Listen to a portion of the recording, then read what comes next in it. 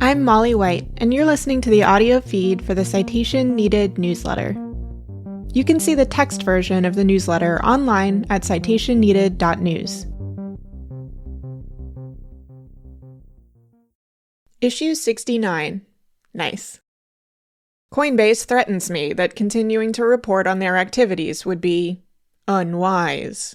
Also, election spending hits a fever pitch, with several new crypto PACs coming out of the woodwork. This issue was originally published on November 2nd, 2024. My previous issue about facing legal threats as an independent writer was apparently well-timed, as Coinbase is the latest entry on the list of entities threatening me with legal action over my factual reporting.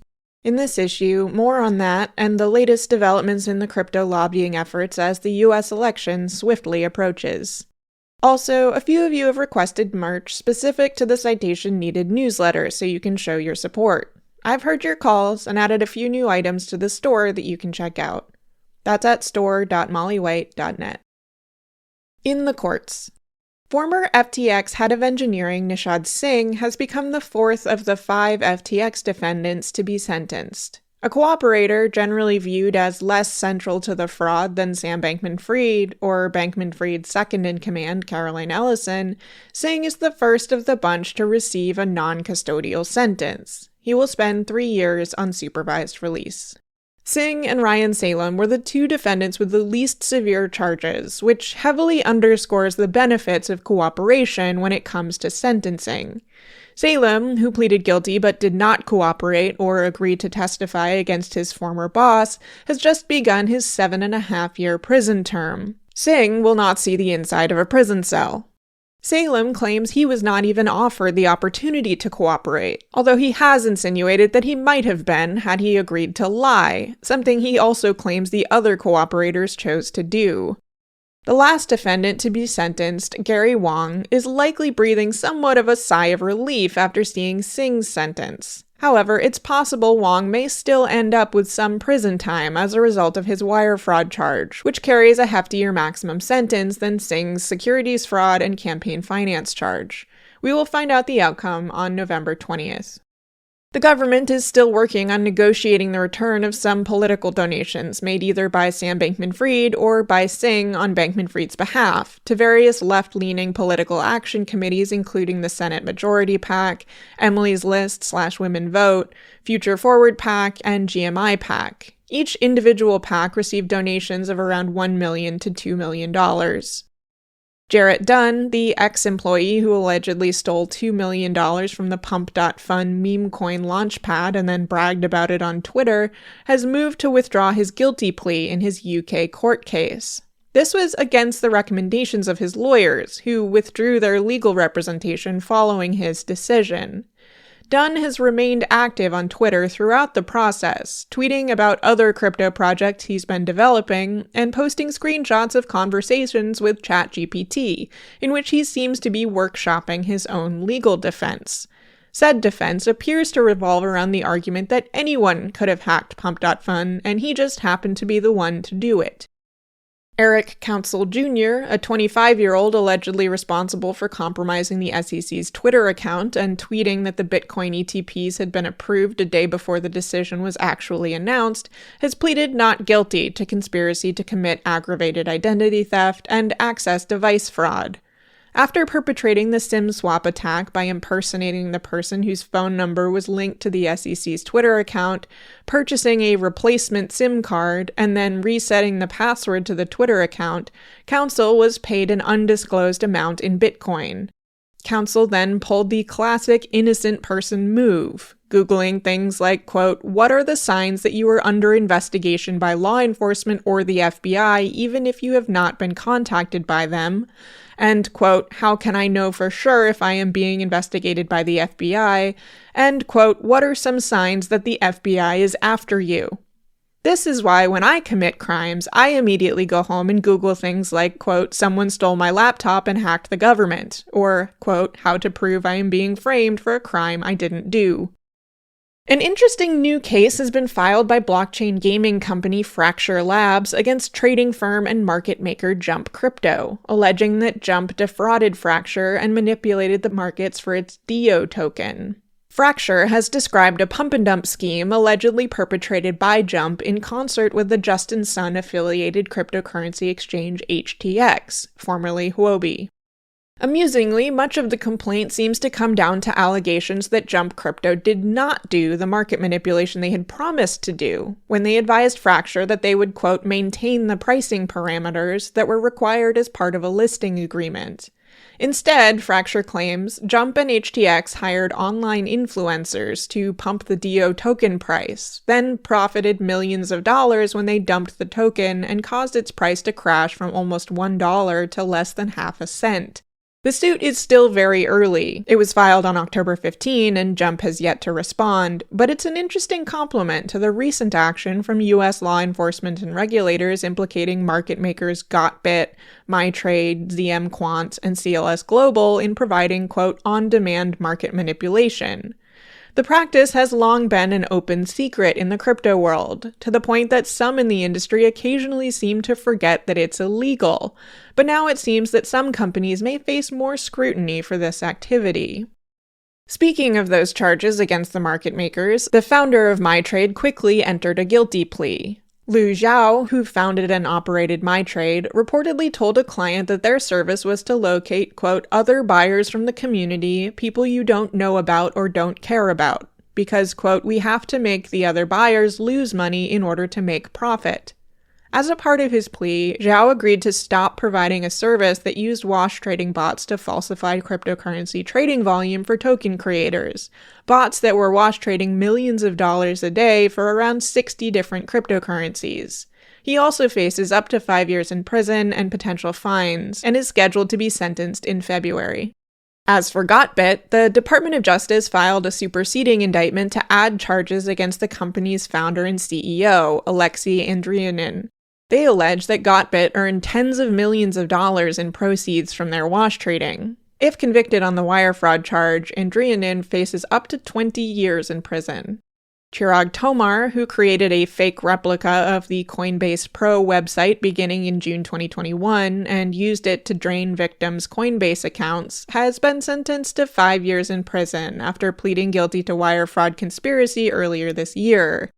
He successfully defrauded hundreds of people of more than $20 million in total, which he spent on luxury vehicles and trips. Although he's an Indian citizen, he was arrested by US authorities in December 2023 after he flew into Atlanta.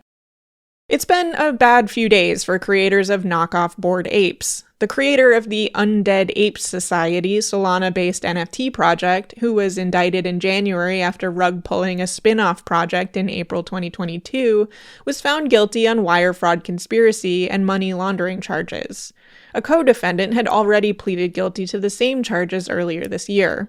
Meanwhile, the creator of Mutant Ape Planet, who was charged in January 2023 for the $2.9 million rug pull, has been ordered to forfeit $1.4 million and pay an additional $15,000 fine. The month he spent in jail while awaiting trial was deemed sufficient by the judge, though prosecutors had sought a 3-year prison term. Craig Wright, whose claims of being Satoshi Nakamoto were definitively rejected earlier this year when he lost a court case aimed at stopping him from continually trying to sue Bitcoin developers, is once again trying to sue Bitcoin developers. His latest lawsuit, which he filed without legal representation against Bitcoin core developers and Jack Dorsey's fintech company Block, seeks £911 million, equivalent to $1.18 billion in damages. He argues that this is the difference in market cap between Bitcoin and his fork of the project called Bitcoin SV, which he insists is the real Bitcoin. The judge in the earlier Copa v. Wright case had placed an injunction preventing Wright from bringing any new lawsuits based on his claim that he is Satoshi Nakamoto. This newest lawsuit was almost immediately placed on hold pending a hearing in the Copa case to determine if Wright is in contempt of court, though Wright has argued his newest lawsuit is not predicated on claims that he is Satoshi. COPA wants to force the now Singapore-based Wright to attend the contempt hearing in person in the United Kingdom, but Wright has argued that his autism, Christmas plans, and the likelihood of jet lag should prevent such a thing. The former CEO of the Australian cryptocurrency exchange Mind Digital has been charged with fraud over allegations that he stole the equivalent of $1.5 million from a customer who gave him the money to purchase Bitcoin. Instead, the money went to paying the company's debts and other purposes. It might have bought the CEO a little bit of time, but Mind Digital collapsed 2 months later in September 2022, and creditors are reportedly owed around $16 million. In bankruptcies, the FTX estate has been pursuing legal action against various firms still hanging on to crypto assets that FTX says belong to them. They recently settled a lawsuit with the Bybit cryptocurrency exchange, with Bybit agreeing to return $175 million in assets held on the platform and buy back FTX's BIT tokens for around $53 million. The original lawsuit sought to recover assets priced at around $327 million at the time of FTX's collapse, but that were priced at around $1 billion at the time the suit was filed.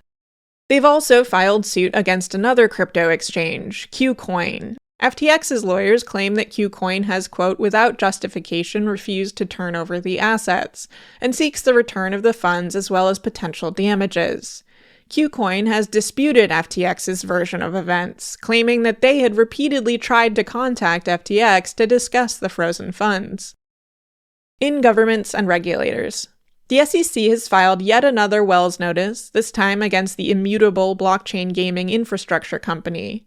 As usual, the news comes from Immutable themselves, and is filled with the industry's typical accusations, that the SEC is, quote, targeting some of the largest and most reputable actors in the space, instead of providing, quote, clear guidelines for compliance.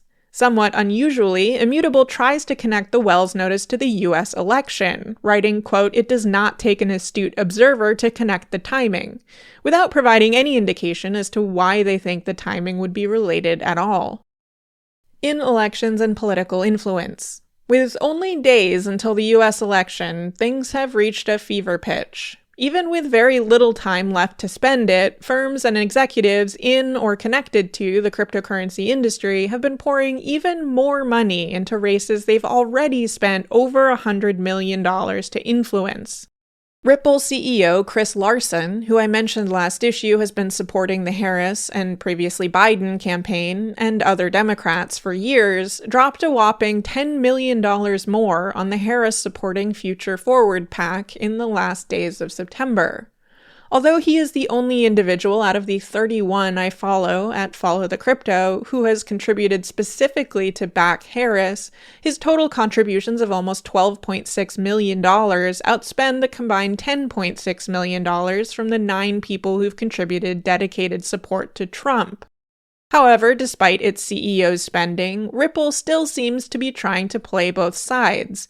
Corporate contributions have gone in equal amounts to both the progressive Protect Progress and conservative Defend American Jobs crypto super PACs, and Ripple Chief Legal Officer Stuart Alderoty has spent $300,000 of his own to back Trump.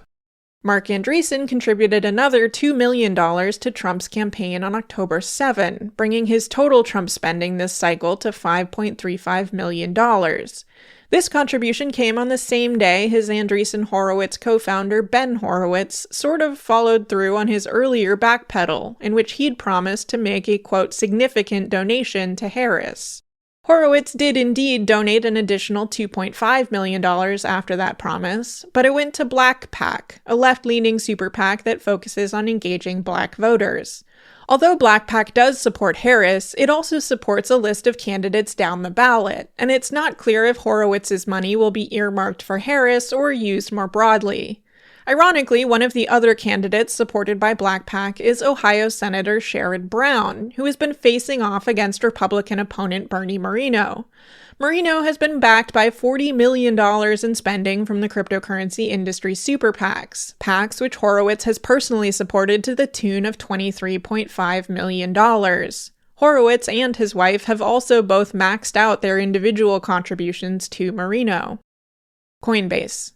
The other major recent contribution came from Coinbase, with CEO Brian Armstrong announcing on Twitter that the company had dumped another $25 million into the Fairshake crypto-focused super PAC, on top of the $46.5 million they'd previously provided.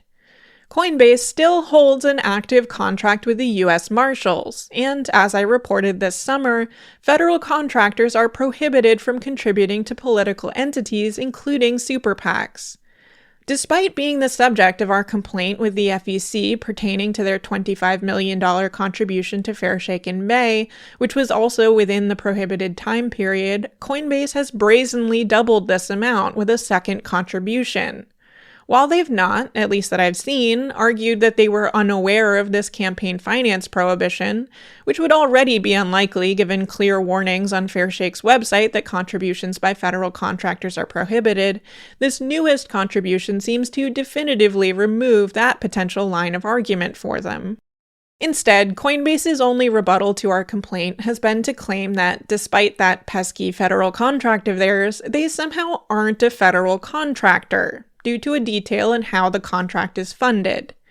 Because the contract is being paid out of the pool of seized cryptocurrencies and other assets known as the Department of Justice Asset Forfeiture Fund, they have argued they do not fall within the definition of federal contractor used by the FEC because they are not paid with, quote, funds appropriated by the Congress, an argument that lawyers at Public Citizen have plainly described as, quote, incorrect, and one that we rebutted on August 5 in our supplemental filing, which reads, quote, as the Supreme Court has recently explained, quote, an appropriation is simply a law that authorizes expenditures from a specific source of public money for designated purposes. Under this definition, Congress's enactment of 28 U.S.C. Section 524C1, creating the Assets Forfeiture Fund and authorizing the Attorney General to make expenditures from that fund for specific purposes, was an appropriation. Indeed, over the past 5 decades, both courts and the Department of Justice have considered the statutory creation of the fund to be an appropriation. The Congressional Research Service has similarly described the statute as, quote, a permanent appropriation. Coinbase's only communications with me since the FEC complaint have been public, made via a handful of tweets from Chief Legal Officer Paul Graywall. In them, he outlined his argument while also insinuating that I am intentionally spreading, quote, misinformation on behalf of my shadowy backers. While Graywall has come up with this rather creative legal theory under which he argues Coinbase's contributions were not prohibited, he has not identified any factual errors in my reporting.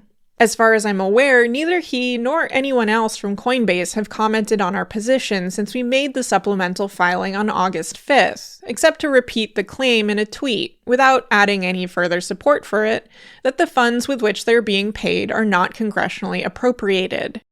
Despite that, Graywall retweeted my recent post highlighting Coinbase's contribution and its apparent violation of this prohibition with a threat, writing, quote, once again with feeling, repeating misrepresentations of facts after previously being put on notice is ... unwise. And for the record, Graywall is not some total hack with no legal background, but is in fact an ex-magistrate judge who has somehow now found himself reduced to issuing impotent threats on Twitter for Coinbase. I assume the position pays pretty well, but I can't imagine any salary at which I would be willing to post with a straight face that it would be ... unwise for a writer to continue to report on my company. Lest you think Graywall is simply a loose cannon, perhaps sent off the rails by knowledge of Coinbase's poor earnings that would be reported the next day, Coinbase communications team member Jacqueline Sales also reshared the threat, adding, quote, say it louder for the people in the back. Some Coinbase supporters have found themselves in the awkward position of trying to defend one of the largest cryptocurrency companies that, on one hand, claims to support individual freedoms and fight back on behalf of the little guy against powerful institutions, but on the other hand threatens independent writers with baseless lawsuits. Ironically, several have accused me, but not Coinbase, of lawfare. Others have pretended that his tweet somehow isn't a legal threat. However, many, even within the crypto world, responded to his tweet to criticize both Graywall and Coinbase for this clear attempt to silence me. Stand with crypto. Coinbase's astroturfed lobbying group, Stand with Crypto, has been hard at work getting out the vote for their preferred candidates, both the ones they've formally endorsed and the ones they've conspicuously left off their list in order to avoid the risk of appearing to back losers. Despite leaving Bernie Moreno off their endorsements list, Stand with Crypto threw a private benefit concert in Akron, Ohio, that was nonetheless free to attend for anyone willing to fork over their contact information and download the Coinbase app. Headlining the show was the once popular band The Black Keys, self-described, quote, pretty liberal motherfuckers, who once made fun of, quote, right-clicking NFTs, and now found themselves playing a show to benefit a staunchly conservative candidate whose election could turn the Senate over to a Republican majority. Likely, they chose to take this gig for the paycheck, despite all that, after they were forced to cancel every concert on their planned tour this summer due to poor ticket sales. The Black Keys themselves, from the stage, referred to the event as the, quote, weirdest gig we've ever played, perhaps referring to the fact that their staging was set up backwards, with the band facing around 250 attendees standing with them on the stage, but leaving the large orchestra seating area empty, and the roughly 250 people in the balcony area left to stare at scaffolding for the lights and the performers' backs. This bizarre choice was likely related to the fact that only around 500 people bothered to show up for a free concert in a venue that seats 5 times as many people. After more than 30 minutes of opening remarks extolling the virtues of crypto, during which one attendee joked they'd been tricked into attending a timeshare presentation, and another loudly asked the speaker, quote, why should we vote for crypto, and was ignored, the Black Keys launched into a set that wasn't much longer. In between songs, irritated concertgoers who had been relegated to the balcony shouted at the band members to turn around, or at least turn off the lights so they could see.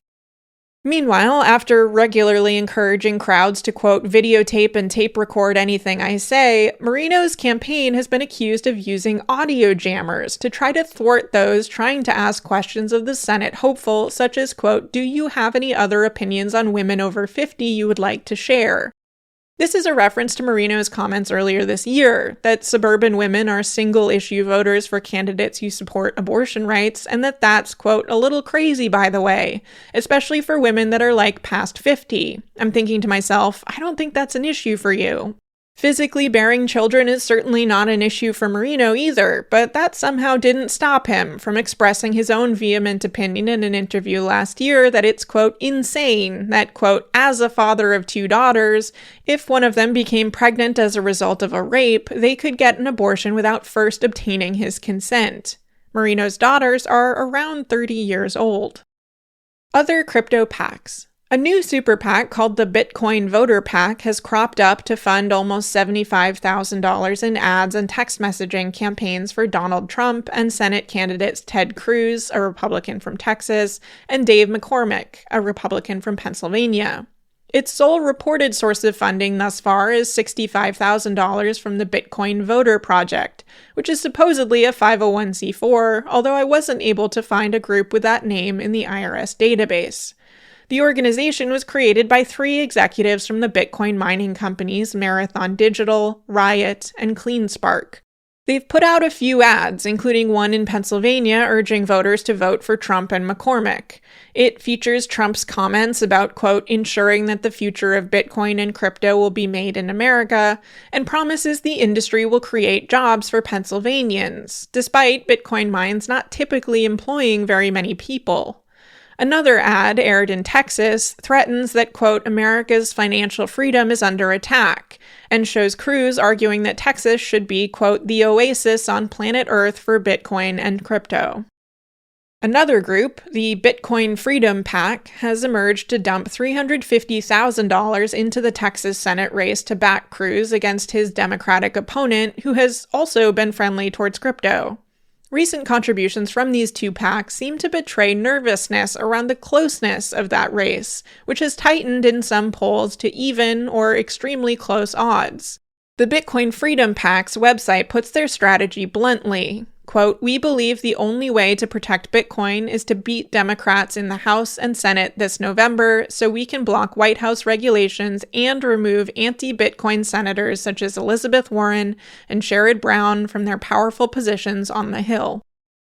A joint fundraising committee called Republicans for a Pro-Crypto Senate Majority was created and then disbanded almost as quickly, registering with the FEC on August 26 and then filing a termination report on October 30th. The group listed as beneficiaries of its fundraising various PACs for the Republican senatorial candidates Sam Brown of Nevada, Bernie Moreno of Ohio, Mike Rogers of Michigan, Dave McCormick of Pennsylvania, as well as the National Republican Senatorial Committee. The group brought in a total of $208,000 over its short lifespan, bringing in about half of that just from Coinbase executives, including CEO Brian Armstrong, who contributed $23,300, President Emily Choi, who contributed $20,000, Vice President Kara Campbell, who contributed $13,200, and Chief Policy Officer Faryar Shirzad, who contributed $13,200. Other notable contributions, all in the amount of $13,200, came from Multicoin Capital co-founder Tushar Jain, Paxos CEO Charles Cascarilla, Hahn Ventures Catherine Hahn, formerly of Coinbase, Anthony Scaramucci, venture capitalist Mike Dudas, and Zachary Witkoff of both the Witkoff Group and Trump's World Liberty Financial crypto project. Another $13,200 contribution came from Toby Scammell, a man who served prison time and was fined as a result of both criminal and civil insider trading cases in 2014, and then who was fined $26 million by the FTC earlier this year for deceiving customers who were trying to obtain PPP loans. He lists his profession in the FEC report as retired. Another contribution came from Ryan Selkis, best known for his Trumpy meltdown earlier this year that saw him ousted from the Messari blockchain analytics company he had founded. He lists his job title as founder of Newco. Of the money raised by this committee, Bernie Moreno and Mike Rogers both received a bit over $50,000, Dave McCormick received around $43,000, Sam Brown received around $38,000, and the NRSC received less than $1,000. The remaining $16,000 or so went to operating expenses. World Liberty Financial and Donald Trump. When I published the last recap issue, Trump's World Liberty Financial token had only been live for about a day, and had only sold about 807 million, or 4%, of the 20 billion tokens they'd been hoping to offload on accredited rubes during the public sale. Even that 20 billion had been massively reduced from the 63 billion, then 35 billion that they'd originally planned to offer. That early in, I was a little hesitant to confidently describe the project as a flop. Now, 2 weeks in, I'm happy to. A full week after the sale began, the number of tokens sold had crept up to only around 936 million, or 4.7% of the target. Now, 2 weeks in, we've hit 975 million, or 4.9%. It's been a hot minute since I've had to calculate a logarithmic regression, but if my math is right, at this rate Trump should hit his 20 billion token milestone at some point in around a bazillion years. However, rather than wait that long, the project has changed its plans. An October 30 filing with the SEC indicates that the project now, quote, only plans to sell tokens up to $30 million in the offering before terminating sale. Though it's a major reduction from the $300 million target originally planned, it's still a far cry from the $2.7 million in sales they've reported thus far. This is a bummer for Trump, who, according to the project's, quote, gold paper, only begins to receive payouts after World Liberty Financial establishes a reserve consisting of the project's first $30 million in revenue. Meanwhile, the project is reportedly considering launching a stablecoin. This is highly amusing to me, given Trump's forceful opposition to central bank digital currencies.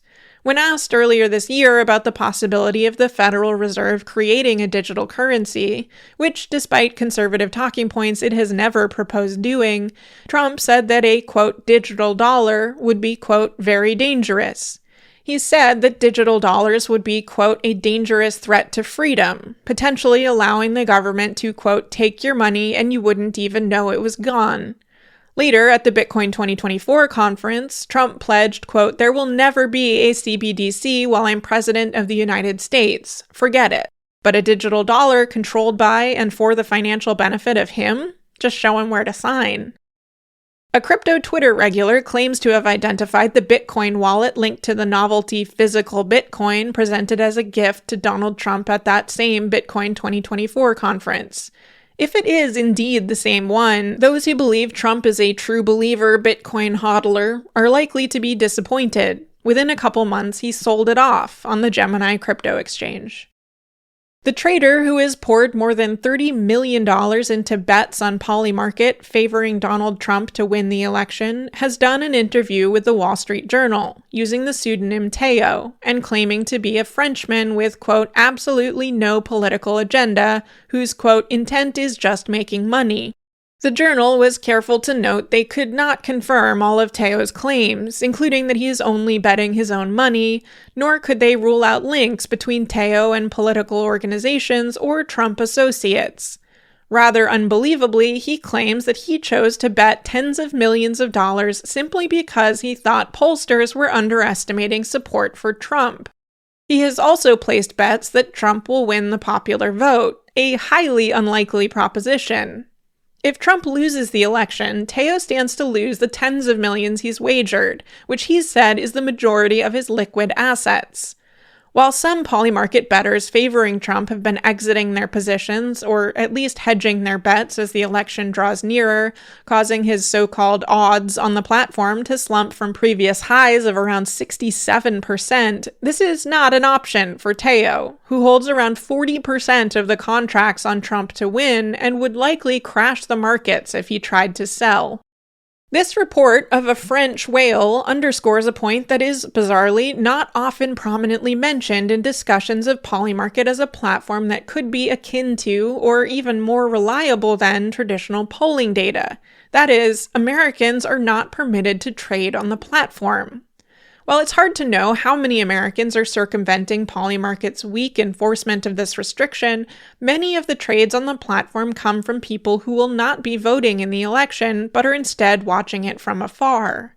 While non-Americans are of course perfectly capable of providing high-quality analysis of the American elections, trades on Polymarket are not akin to polls of American voters.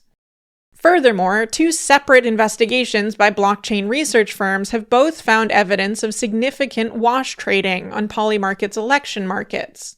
An investigation by Chaos Labs estimated that 1/3 of trades on the platform's presidential election market were wash trades, while the investigation by Inca Digital said that wash trading was a, quote, significant portion of the volume in the presidential election market. Researchers also found that Polymarket had been vastly overstating the volume in their markets by conflating a traded share, which may sell from anywhere from 1 cent to $1, with $1 of volume. At the time of the report, on October 30th, Polymarket was reporting $2.7 billion in trading volume on the presidential election market, when in reality only $1.75 billion in transactions had occurred. At the time of writing, Polymarket shows $1.99 billion in volume on the presidential market, suggesting they may have updated their figures since the report. Elsewhere in crypto. A bunch of cryptocurrency companies have just done rounds of major layoffs in very quick succession. MetaMask developer Consensus announced on October 29 that they had laid off 20% of their total team, which is likely somewhere in the ballpark of 150 people. They blamed the move on the SEC, because of course they did. Later that same day, decentralized exchange DYDX announced that it had laid off 35% of its, quote, core team, though it's not clear how big that team was to begin with. The next day, cryptocurrency exchange Kraken announced layoffs, with the New York Times reporting the cuts affected around 15% of its employees, or around 400 people. Both DYDX and Kraken blamed the layoffs on needing to have more builders and fewer managers. Kraken's layoffs included the company's chief operating and chief technical officers, and venture capitalist Arjun Sethi was appointed as a new co-CEO alongside existing CEO David Ripley. 2 years ago, Kraken laid off 1,100 people, at the time around 30% of its employees, and around the same time, its founder and then CEO Jesse Powell stepped down after internal turmoil and an investigation into sanctions evasion. However, he remained on as chairman. As YouTube mega-influencer Mr. Beast is facing scandal after scandal pertaining to allegations of mistreatment and sexual harassment at his company, deceiving his fans and rigging contests and other such things, now a group of crypto researchers have alleged that he's also been involved in massive crypto pump-and-dump schemes. It's not clear if regulatory or law enforcement investigators have picked up the allegations, and the Crypto Sleuth's website outlining their research ends only with, quote, advice for Mr. Beast, like, quote, stop using MetaMask swaps. They charge 0.875% fees. Geez, Mr. Beast, if you're gonna insider trade, at least do it somewhere with low fees. Trends move quickly, but game development doesn't. Despite the record low popularity of NFTs, Ubisoft's many clumsy attempts over the last few years to force NFTs on their customers have finally culminated in a launch trailer for an NFT game called Champions Tactics: Grimoria Chronicles, although the trailer makes no mention of the NFTs. Ubisoft seems almost embarrassed by the launch, putting practically no marketing behind it. The Blue Sky social network, which I quite like, has raised a $15 million funding round led by Blockchain Capital. Some other participants in the funding round are also crypto-focused investment companies or have crypto funds. In the announcement, Blue Sky goes to great lengths to try to distance themselves from that whole blockchain thing, which I think really highlights just how toxic even a faint whiff of blockchain has become to normal people who just want a normal social network. While I'm not personally rushing to jump ship over this funding announcement, I do think it is concerning. Venture investors are not philanthropists, and Blue Sky's path to profitability is unclear. Despite their promises in their announcement, quote, not to hyper-financialize the social experience through tokens, crypto trading, NFTs, etc., one wonders if that will hold up once their VCs come knocking at the door looking for returns on their investments, particularly now that their new board member, Blockchain Capital partner Kinjal Shah, will have a say in the future of the platform. The Golden State Warriors NBA team have adopted Coinbase as a new sponsor, after their previous sponsorship from FTX didn't work out so well. Is there a team sponsorship curse, or is that just a stadium thing? The Web3 is going just great recap. There were 7 entries between October 16 and November 2nd, averaging 0.4 entries per day. $73.42 million was added to the grift counter. Hack the USA. It appears that someone managed to hack a wallet controlled by the US government, which was holding assets seized in connection to the 2016 Bitfinex hack. More than $20 million was emptied from the wallet. Then the thief quickly began sending some of the funds to various exchanges, activity that helped to distinguish the transactions as likely theft, rather than the government moving crypto assets around as they sometimes do. Curiously, within a day of the hack, the attacker returned around $19.3 million to the original wallet. One wonders if perhaps they suddenly realized that the juicy wallet that they had targeted was owned by a rather menacing adversary. There are a lot of open questions around this incident, including who controlled the wallet on behalf of the government. As I mentioned earlier in this issue, the US Marshals have turned over at least some of their custody and asset management responsibilities to Coinbase. However, some of the stolen funds were withdrawn from the DeFi borrowing and lending platform Aave, and it's not clear if Coinbase is responsible for managing assets parked in DeFi protocols like this. Then there's the question of why the US Marshals have assets on platforms like Aave at all. While many people use these platforms to earn yield on their crypto holdings, it's a bizarre choice for the US government to do so, particularly given the US regulators' scrutiny of crypto lending services. Everything else. A supply chain attack stemming from a JavaScript animation library resulted in losses for users of 1inch and other platforms. The M2 cryptocurrency exchange was hacked for $13.7 million. The Sharpay meme coin rug pulled for $3.4 million. The blockchain company Forte acquired game studios, demanded secrecy, and then shut them down. The Tapioca DAO was exploited for most of its assets, over $4 million. And Radiant Capital was exploited again, this time for at least $50 million. Worth a read. Cory Doctorow provided his perspective on Blue Sky, including on their recent funding round, in an article titled Blue Sky and Enshittification. I particularly like his point. Quote, "Plenty of people have commented that now that a VC is holding Blue Sky's purse strings, enshittification will surely follow. Doubly so because the VC is called Blockchain Capital, which at this point might as well be grifty scam caveat emptor capital. But I don't agree with this at all. It's not outside capital that leads to enshittification. It's leverage that enshittifies a service." Cory is a fellow posse-er and major inspiration to me when I adopted the practice, and has opted not to use Blue Sky because he has vowed to, quote, "never again devote my energies to building up an audience on a platform whose management can sever my relationship to that audience at will." Personally, I've gone the route of using the platforms that interest me, even the enshittification-prone ones like Blue Sky and Threads, but hedging my bets by plugging them into my Posse system where they can just as trivially be unplugged. Mike Masnick, who I also deeply admire and who has recently been a promising addition to Blue Sky's board, provided a response to some of Cory's points. In my opinion, telling someone to just host their personal data server is not a terribly feasible proposition at this point in time, but I hope to see it rapidly become so, at which point I'd expect people like Cory to be more amenable to trying the platform. 404 Media published a piece titled "The Billionaire is the Threat, Not the Solution."